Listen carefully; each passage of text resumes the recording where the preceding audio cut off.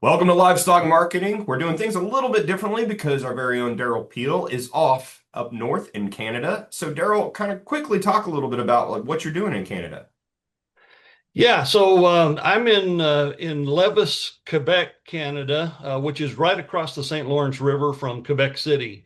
We've spent the last several days making our way here, seeing some things across the country. So, this definitely isn't kind of like more vacation. This is work. So, what are you looking at? Well, it's a little bit of both. We are seeing some things. I'm taking some annual leave. We visited Niagara Falls on the way up here the other day, but the timing of this trip was because this is when the Canadian Cattlemen's Association are having their semi-annual meeting.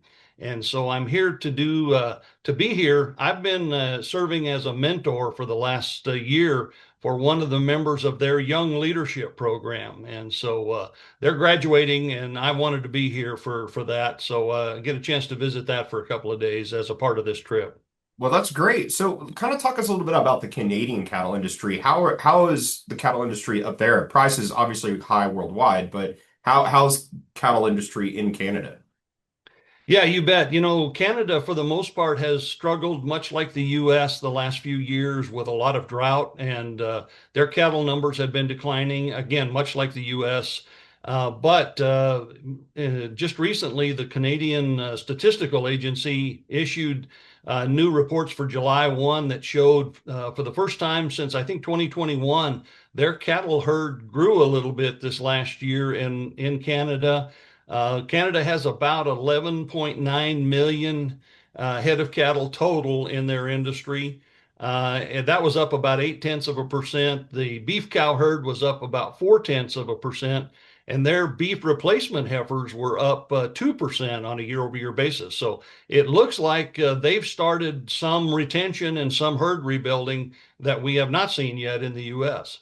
So, in regards to kind of like looking at the trade picture and just in worldwide production, what is the relationship between our these two countries for our country and Canada?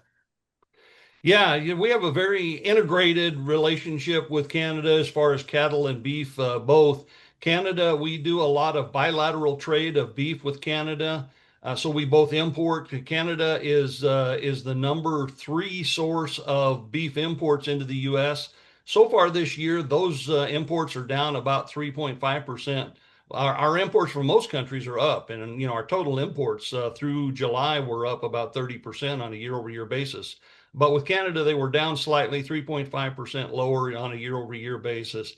As far as exports, our exports to Canada are down 12.7% so far this year. Canada is the number five export market for the U.S. And people might ask, why do we both import and export from Canada? Because in fact, the quality of the products in general are pretty similar.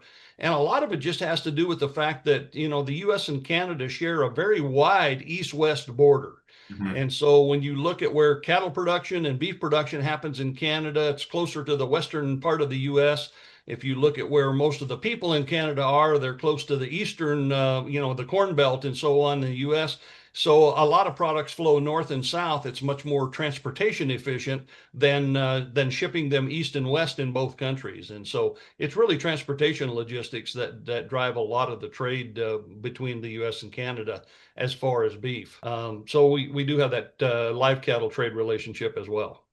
Well, Daryl, we hope you have a great trip.